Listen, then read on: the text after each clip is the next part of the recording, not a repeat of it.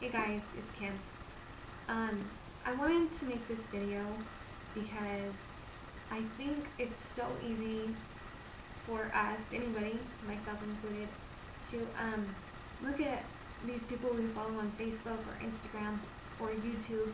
Like on here, I watch tons of videos on here from other Beachbody coaches and just people in their weight loss journey or fitness journey. And it's so easy to get stuck in that trap of comparison. Because we are living our everyday life and we take a few minutes to watch these people or comment on something on Facebook, and it is so easy to think, well, it's so easy for them to be healthy. It's so easy for them to stay in shape and work out. And they're just naturally skinny, they're naturally muscular, and maybe some of that is true, maybe. But there's a lot that goes on behind that. You see a few minutes into somebody's life, like the other videos that I have, or even on Facebook. Those are just like screenshots of my life. And I just want you guys to know, like, it is not any easier for me to stay on track and work out than it is for you. Maybe I'm further along in the journey.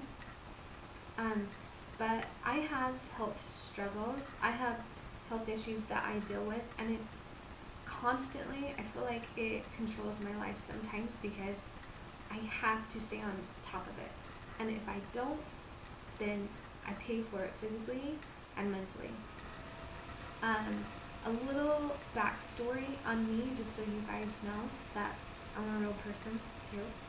I had my thyroid removed 5 years ago, and it was so hard. Before that,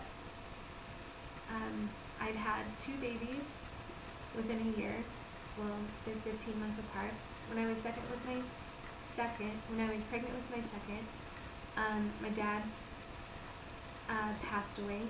I was 5 months pregnant, and from an accident. It was totally unexpected, and it was so hard. It was so hard, and through that struggle, I kind of just checked out. I had a baby to take care of. I was pregnant, and so my health really came last. And then, so I had the baby, my second baby, and I was doing better. And in November, I was at work, and I was scratching my neck, and I noticed this big bump on my neck. It wasn't huge, but I could feel it. And I said something to my husband, and he's like, "Oh my gosh, you're crazy. You always think something's wrong with you. You're fine. It'll go away. It's this swollen lymph node," I think is what he told me. And so I was like, yeah, you're probably right. And within, let's see, I think I didn't really pay attention to it, and then in January, I kind of was just messing around, and I felt it, and it had grown. It was huge. I mean, if I turned my neck like this, you could see it bulging on my neck. So I went to the doctor, and he scheduled an ultrasound. I went to the ultrasound a few days later. They did a biopsy right then and there because of what they saw, and I had my thyroid removed within 2 weeks of that. Like, it was like bam, bam, bam. And I had not been feeling good for a while. I was overweight. I just figured it was from everything I'd been through. I was probably 25, 30 pounds overweight. I couldn't lose weight. I was crazy, like very unstable. I was so tired. My energy was like non-existent. I was depressed. It was just awful, and I just figured because of everything we had been going through, that's just kind of what it was from. It was from my babies. I wasn't sleeping. My husband got a new job. My dad died. Like, all these things happened, and then I had surgery, and the surgery sucked. It was so hard. I've had a lot of surgeries, a lot of stuff done, and that was by far the worst one I've had. It was harder recovery time than my C-sections. It was awful. So And then I thought, so I had my thyroid removed. I'm going to feel so awesome. This is it. I'm going to feel great.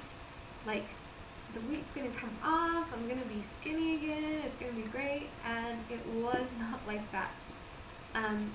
I wish, looking back, I had done more research. I wish I had gone to a different doctor.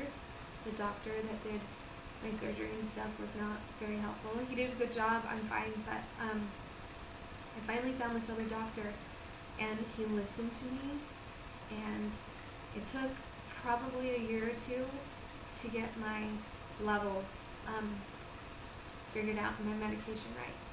But it is amazing what happens when your body is getting what it needs. Your thyroid can affect and does control so many different aspects of your body. I started having severe digestive and stomach issues. No doctor could really figure out what was going on, but basically I couldn't eat anything without severe pain. I was getting no nutrition from anything I ate. My body just couldn't process anything. I was in pain all the time. It was awful. So finally I decided, like, enough doctors. I mean, I stayed on my medication. Don't go like rogue or anything. I stayed on my medication. But I was like, you know what? I'm going to take control of my life. That's it. I could not live like that anymore. Feeling like crap every day. Feeling so uncomfortable in my own body. Not liking what I saw in the mirror. I was so tired of it. So that was kind of it for me. Things did not change overnight, but I did start making changes that day. I started by what I was eating and being honest with myself about what I was really doing to my body. I've tried the HCG diet, like, you know, eating like nothing, which was fine because I couldn't really eat anyways. But I did the drops and I lost a little bit of weight, but it came back. So like I've done it. I've tried it. I tried hydroxycut one time. That messed my stomach up even worse. So I just kind of took control and started being honest with myself about what I was doing, like being really honest with myself, what I was eating, what I was doing, and kind of accepting where my body was. I could not lie to myself anymore. I wasn't this young, super fit 20-year-old anymore who can eat whatever I wanted and, you know, have no consequences for it. So I just wanted to share that with you guys, that I have struggles. I still struggle. There's a lot that I can't eat. There's a lot my body still can't process, and that's okay. You know what? Sometimes I still have pizza. I still have ice cream. And I will probably pay for it, like physically, but that's okay. I know how to get back on track, and it's not every day, and there are times I go months without, you know, eating stuff like that, but I wrote down some tips that, looking back, it's kind of where I started, because it's so overwhelming to kind of try to figure out where you need to start and what you need to do. So this is just some stuff that I came up with for me, and I hope it can help you guys. The first one, if you have a health problem, if you think your thyroid is out of whack, if you have diabetes, if you have high blood pressure, if you're on medication right now, you need to go talk to your doctor and get it figured out. I cannot stress that enough. Maybe down the road you can come off that medication, and that's great. But you have to do it right, and you have to do it slowly. I will always be on medication from thyroid medication, and that's fine.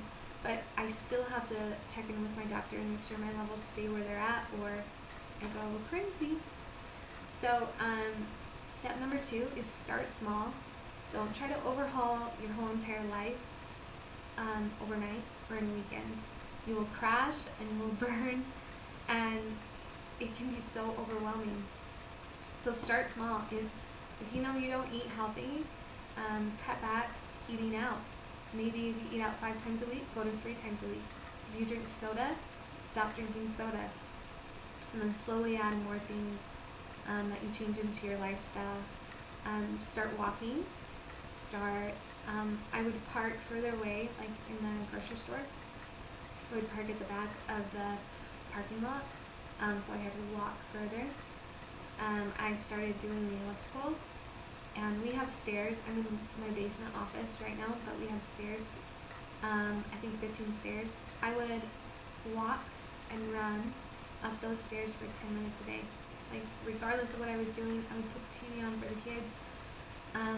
They would sit there and play and watch me, but I would do that for 10 minutes a day. And that's it. And then I would go to 15. Then I started running, then I started insanity, and then it's kind of just gone on from there. And Zumba, I started that too. So start small. Start making small changes today. Start doing it. Go for a 10-minute walk after you watch this. So step 3 is really important, I think, is to listen to your body. Once I started doing that, I really started figuring out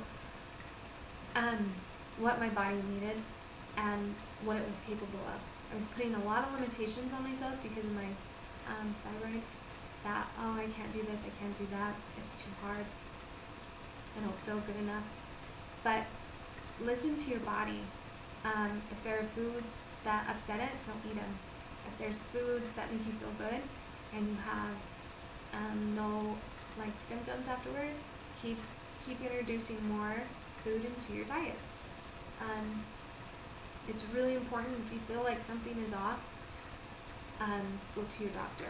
It's so important to listen to your body, and I don't think that is stressed enough, but you don't want to put limitations on yourself either. And number 4, which is so important, is stay consistent and stay determined.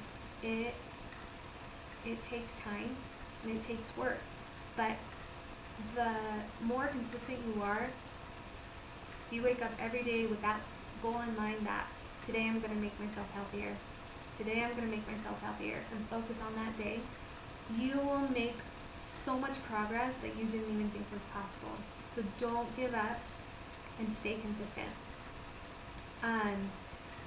If you guys have any questions, I would love to hear your stories. I love connecting with other people. If you have thyroid issues or stomach issues or whatever, what has helped you and what you're doing now. If you have questions about work, exercises, or anything that you can do from home, please email me or comment below, and I would love to hear from you.